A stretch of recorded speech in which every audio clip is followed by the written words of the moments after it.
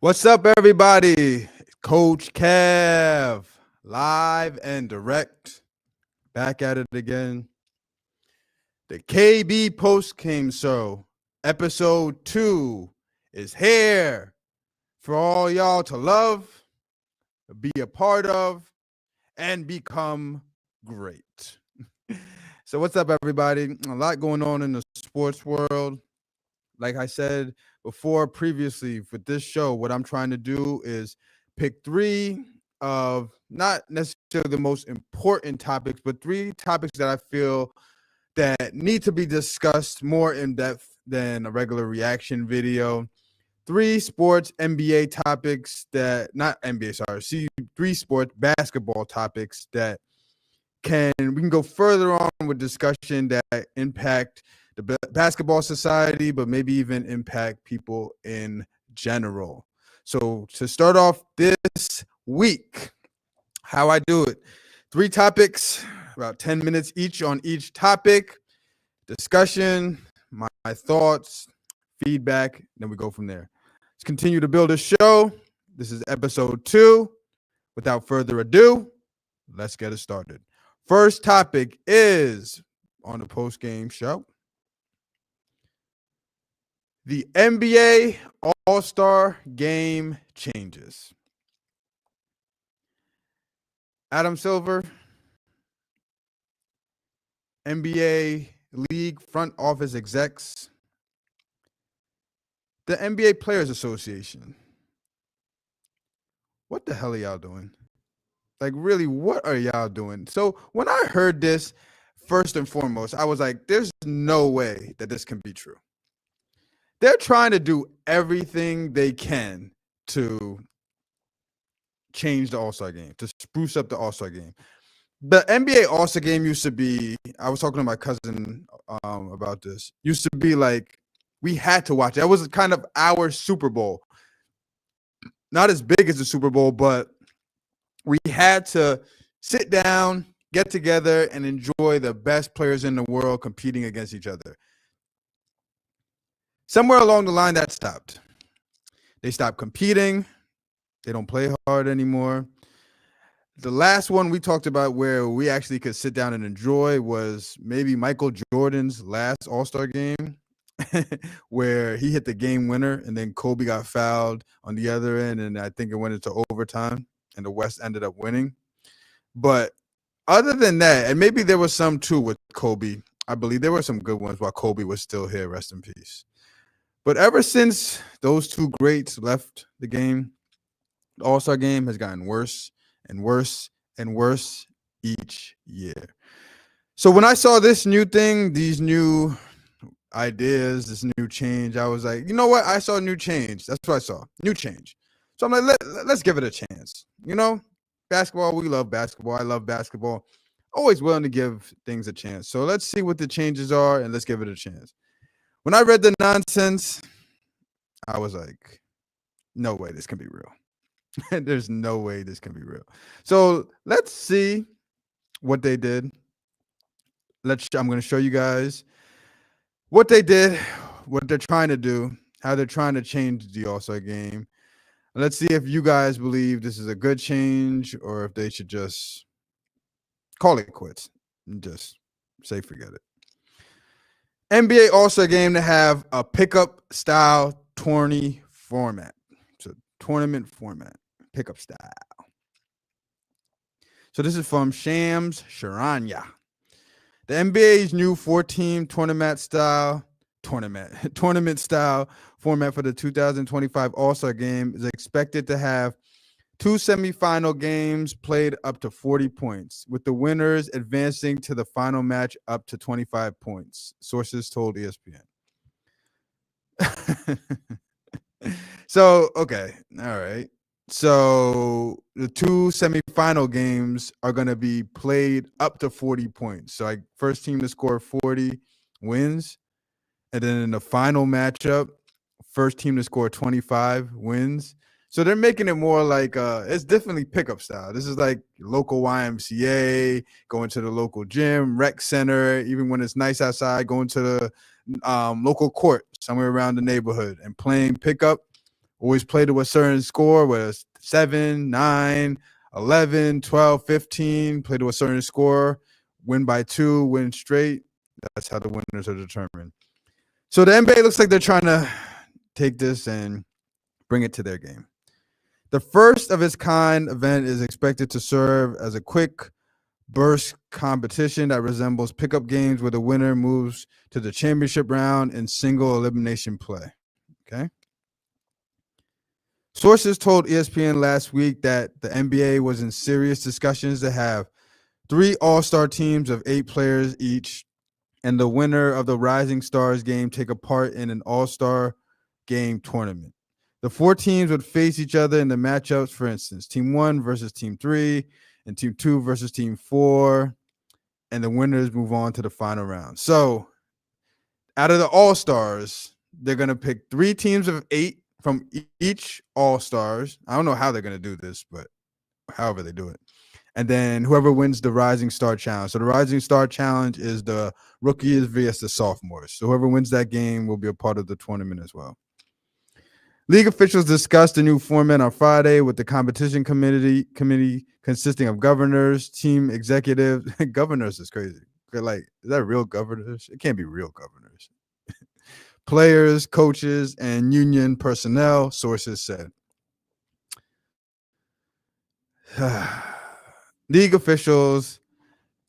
NBA team execs, coaches, and players have discussed the new All-Star Game concepts with league officials over the past 6 months, including extensive conversations at the Summer League in Las Vegas in July. There have been discussions for a fresh and creative path forward for the All-Star Game and the Quick Burst 4-Team 20 style, featuring the game's greatest players gain momentum among all parties, according to sources. Okay, that's enough of that. So, I mean, what do you guys think? What are your guys' thoughts on that? Like, so 14, 20. I'm done with the All-Star game. I'm not watching it. I'm sorry, man. I can't do it anymore. I am to the point where they have to do something drastic to get me back in it. I don't even want to talk about the dunk contest and how watered down and terrible that's become. The skills competition where they're throwing the ball into flashing lights. They're dribbling through cones that move right and left. They're hopping over trampolines, and it's like, this is just nonsense. They're trying their best. The only thing that's legit still with the All-Star game is the 3-point contest. That's where you really still see the competition and the essence of what the NBA All-Star game used to be. 4-team tourney, like I said, man, nah, it's not for me. So this is going to make them play hard, I guess. This is what the goal is to make them play hard and make them want to compete. This is not going to make you want to compete, I guess. So they're only going to 40 points, only going to 25, so they don't have to play full entire games. I know people are saying that, some people are saying, I heard this from Gilbert Arenas, that they should just do a one-on-one contest. I would not be mad at that. A one-on-one contest between the All-Stars, winner take all. Now that, I believe, that would definitely bring the competition back. Anybody who played basketball and played one-on-one know you compete because you don't want to get embarrassed if you're playing defense. And when you're on offense, you want to show that you have the ability to score on the person defending you. Yeah, I actually agree with this. I think a one-on-one type style tournament, even 2-on-2, Gilbert Arenas said something like that. Don't make it more than 2-on-2, but more so the one-on-one style tournament. Man, King of the Hill, winner take all. I think that can slowly start to bring the essence back to the All-Star game. For the dunk contest, we got to have the stars, man.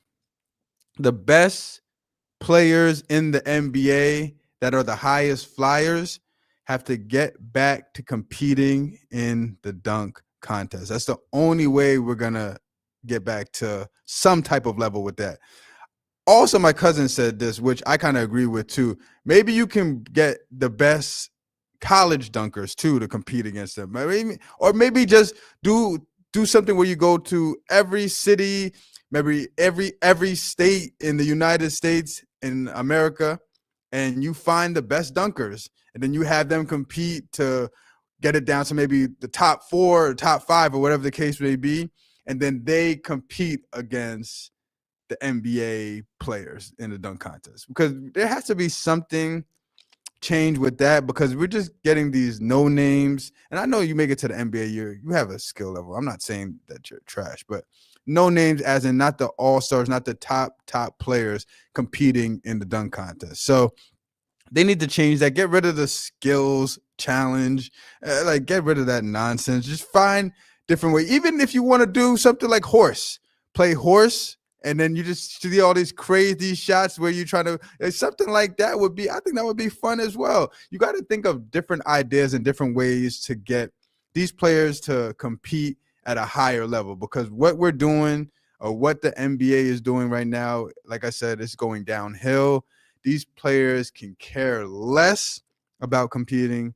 They can care less about us complaining about them not competing. So there has to be maybe more money incentive. Maybe, I don't want to say boycott, because I don't think they would even care if we don't watch the All-Star game. As long as they're getting paid, they can care less, I think.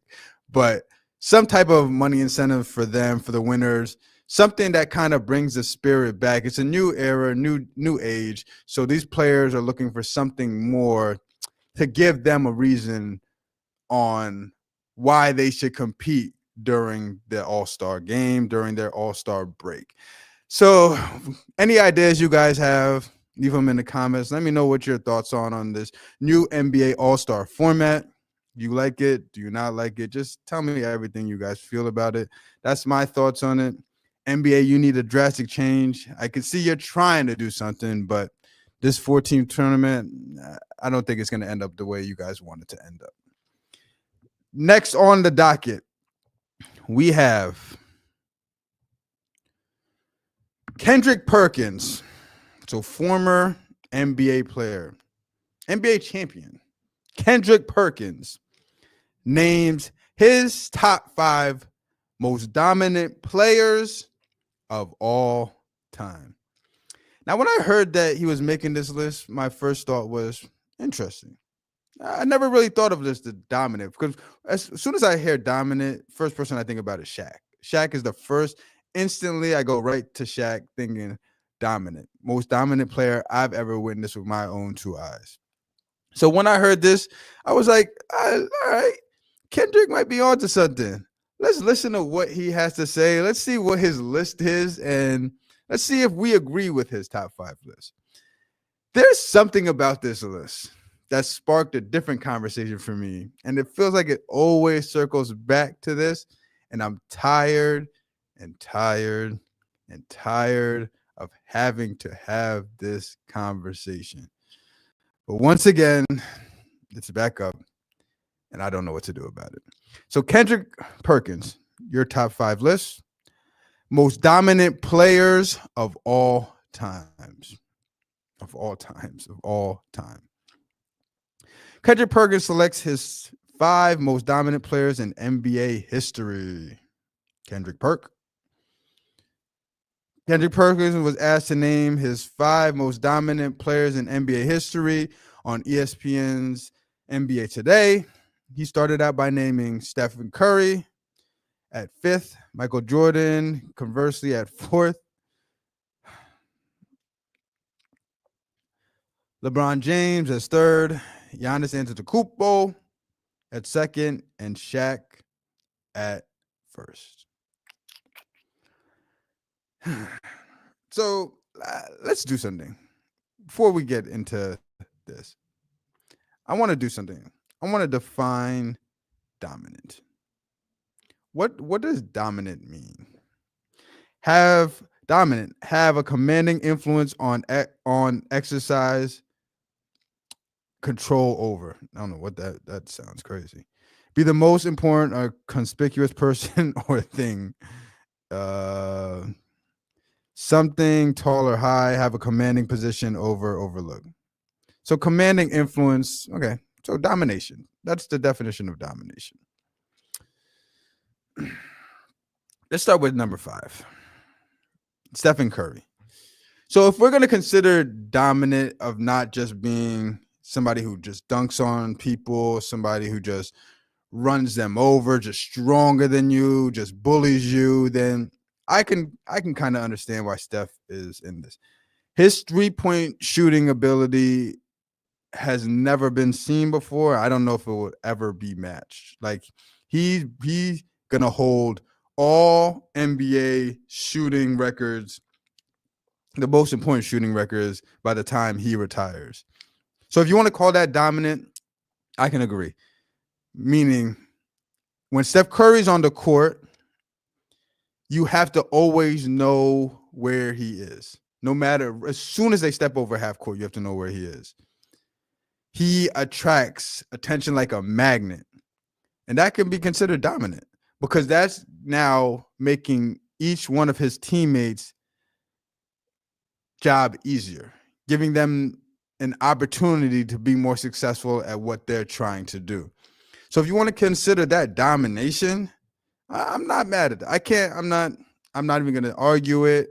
I'm not mad at putting Stephen Curry at number 5.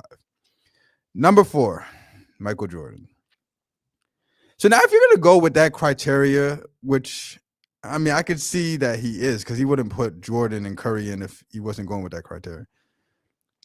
But Michael Jordan, number 4, Michael Jordan was a different breed. Like, he was the NBA. Dominant. You couldn't stop Jordan. Like, Jordan was pretty unstoppable. His game, like, he could get to wherever he wanted. He could do pretty much whatever he wanted on the court. I can argue, but for now, let's leave that. That's fine. That's fine. Number 3, LeBron James. So this is where I would flip. I would put Jordan 3 and LeBron 4. I honestly wouldn't even have LeBron. Is LeBron dominant?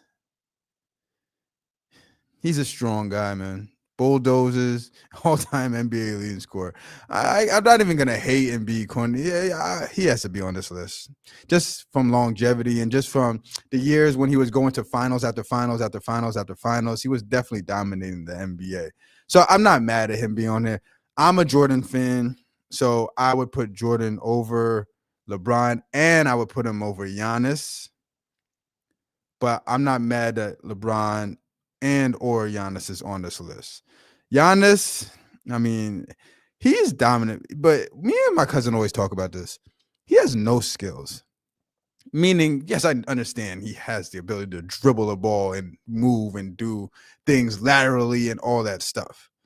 But when it comes to crossing over between your legs, doing moves, in and out, stuff like that, he just catches the ball and runs downhill. There's one game, he just scored 40 points. I think it was last week or a couple weeks ago. He had a 40-point game. I watched the highlights of each point he scored.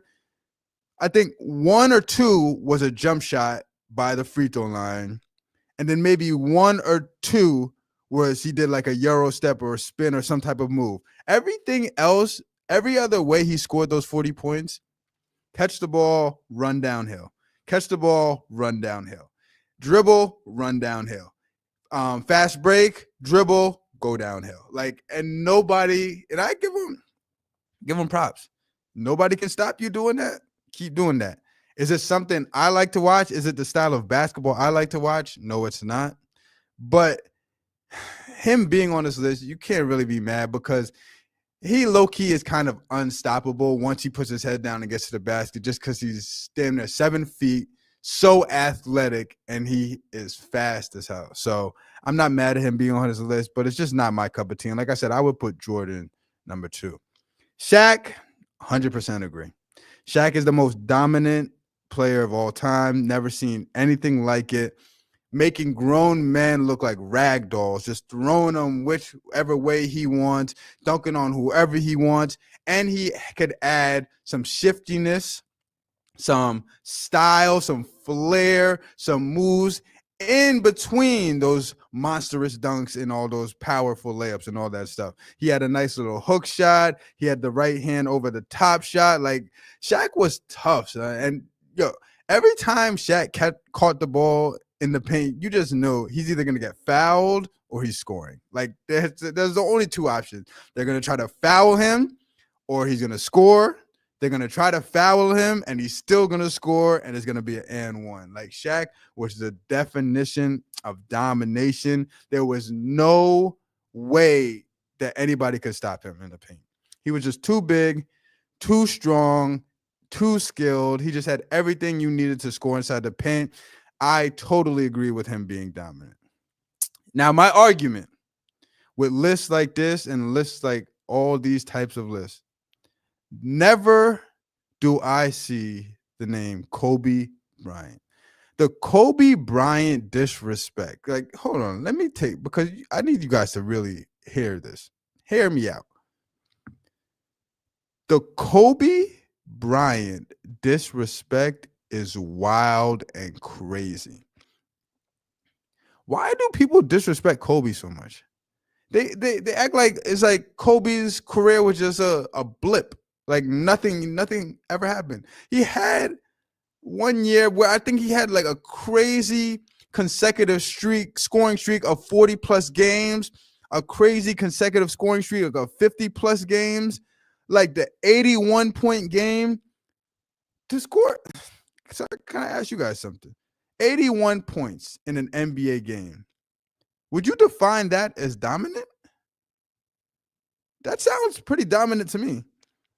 Like, I just don't understand why on all these lists, the Kobe Bryant hate is so real. He never gets put on top 5 all-time lists, top 5 dominant lists, top 5 most skilled players list, top 5 best defenders, top 5 winners in NBA history. Like, he's just never on any of these lists, and I don't get it. And I just can't argue it anymore, man. The disrespect is real. The real players, the authentic ballers, the one who watched Kobe Bryant, the one who seen with their own eyes everything that Kobe brought to the game, will always show respect to what he did and who he is. I am one of them. To me, Kobe Bryant is a top 5 player of all time. 5 championships, 81 points, one of arguably the best scorer in NBA history, skill set like nothing. Everybody called him Jordan 2.0, and they called Jordan the GOAT. So he was a better version of the GOAT, arguably. Kobe Bryant, when he was in the mode and ready to go, which was pretty much night in and night out, there was just something, an aura about him that no matter what you do, no matter who you put in front of him, he will not be denied and he will not be stopped. They had Kobe stoppers. They called people Kobe stoppers to try to stop him from scoring. Every team had a Kobe stopper that was supposed to be the person to stop him from scoring. Never worked out. Spectacular shot making. Just incredible footwork. The ability to score on each level. The disrespect is real. I just really don't get it. It boggles my mind every time I see a list and his name is not on it. But like I said, for me, I will always put respect on that man's name. And to me, Kobe Bryant deserves to be on all these lists, all these great all-time lists. And to me, Kobe Bryant is a top 5, one of the top 5 greatest players of all time. Last topic of the day. So I put win. That's hilarious. Why? Sorry, guys. Why do people hate Angel Reese? You talk about somebody lightning bolt. When you say a person's name and it's just everybody has a comment about it. Angel Reese. Yeah, her name rings bells. And there's no, I noticed, because I've done multiple videos on her. I've seen her and I've scrolled through what people talk about and how they speak about her. There's no in between. There's no middle ground with Angel Reese. You either love her or you hate her. And I know hate is a strong word. I'm using hate with tongue in cheek, but it's two opposite sides of the spectrum when it comes to Angel Reese. So I did a video. She had a workout. I reacted to her workout video, working out during her off season to get ready for her WNBA season, or I don't know if she's going to play overseas or whatever the case may be. But I reacted to it, and comments were so like, didn't she have a video like this last year? She's not that good, blah, blah, blah. Like, it's just so negative. And I'm like, wow, people really don't like Angel Reese. So here's some comments, I believe, from that same video. Some fans reacting to the video that I reacted to of Angel Reese working out and footage and all that stuff. So fans give mixed reviews about Angel Reese WNBA offseason workout footage. Another video of Angel Reese sharpening her shooting stroke has surfaced on Thursday, and fans don't seem to agree on its significance. Okay. So let's see what people are talking about when it comes to Angel Reese.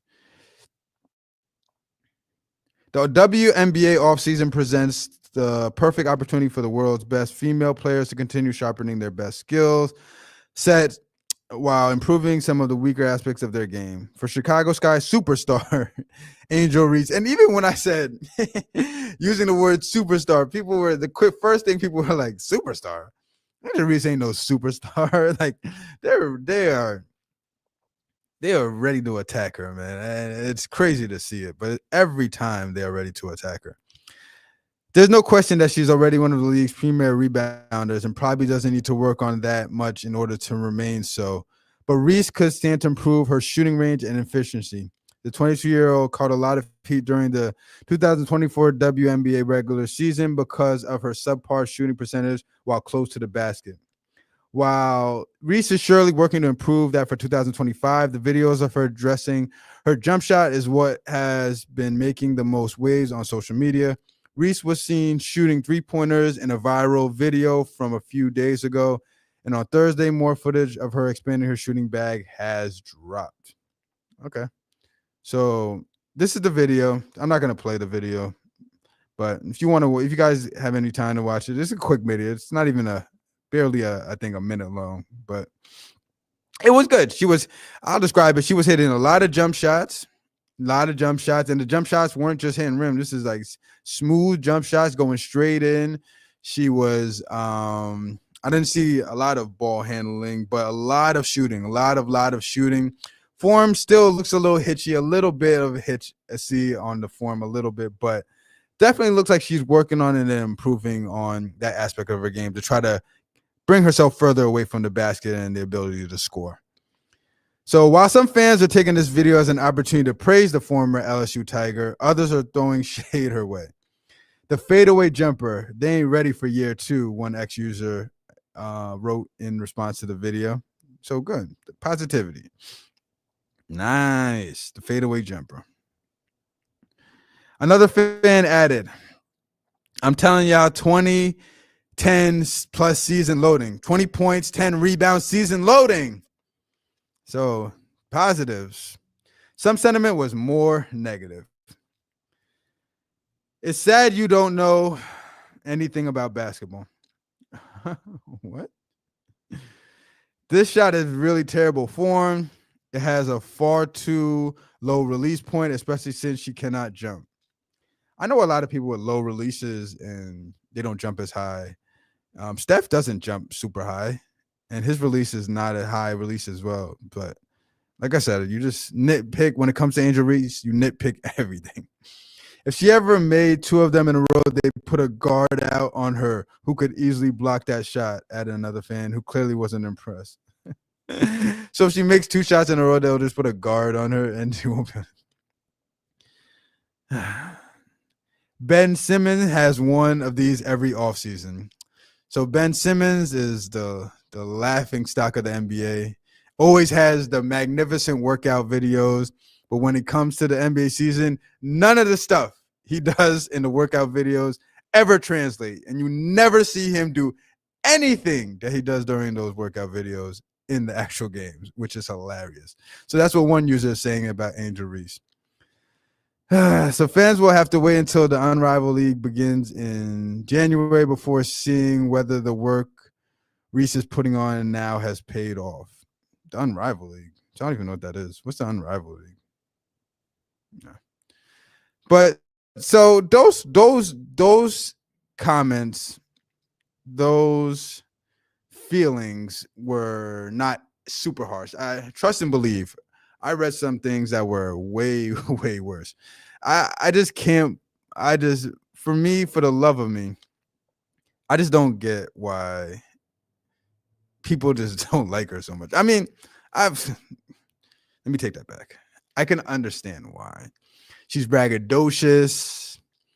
She wears her personality out on her sleeve. She shows it to the whole entire world. She goes to the galas, to the big time sporting events, to all these dressy things, all the things you have to dress up to, big performances, concerts. She's just anywhere where there's notoriety and famous people and all that, you'll catch Angel Reese there. I guess they're mad that she's doing that and not working on her game. But then when she does work on her game like she did in that video, now it's fakeness. Her jump shot still sucks. She still can't shoot. She's the next Ben Simmons. She's just like Ben Simmons. So I just don't know.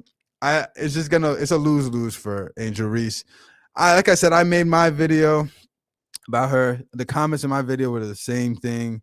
People I don't even remember if there was even one like great job, Angel. Maybe if I want to say there were 10 comments total, out of the 10, maybe 2, maybe 3 of them were positive, saying that Angel, great job, continue to work on your game type stuff. Everything else was like, she sucks. This is a workout video. She's gonna make every shot. She still can't make a layup. Like it's harsh and it's tough. And as a person, that would probably be something tough to deal with on a consistent basis. So I always try to think positively. I like the video she put out. I think she's doing a great job. If she is in the lab doing what she's doing in that video and continue to work on her game, then kudos. Continue to work on your game, Angel. Don't let this negative thoughts or these negative characters sway you from keeping your eyes on the prize and getting better. So if or when she does have a 2010 season, she's an WNBA All-Star again. She becomes a WNBA superstar, and dare I say, a WNBA champion. People are still going to find something negative to say about her. It's just the society we live in. But at least you'll be able to look in the mirror, say that she's improved. And the real people that enjoy basketball and know what it takes to grow and get better and how tough it is to work on your weaknesses and turn them into strength will applaud her and tell her to continue down her path of becoming great. So that's it. Episode 2 in the books. I want to thank you guys. Thank all of y'all for sticking with me this live. Episode 2, the KB Postgame Show. I'm excited to continue this on for the entire basketball season. High school basketball tryouts started this week. The college basketball is in full effect. NBA, just trying to get through the first quarter of the NBA season until we get to the unofficial start of the NBA season, which is Christmas Day. And that's when I really, really start tuning in and focusing on what's going on. But basketball season is here. It's upon us. I'm going to continue to bring you these lives. The KB Postgame Show, recapping the biggest topics in basketball each and every week. Till next time, this is Coach Cav, and I'm out of here. Peace.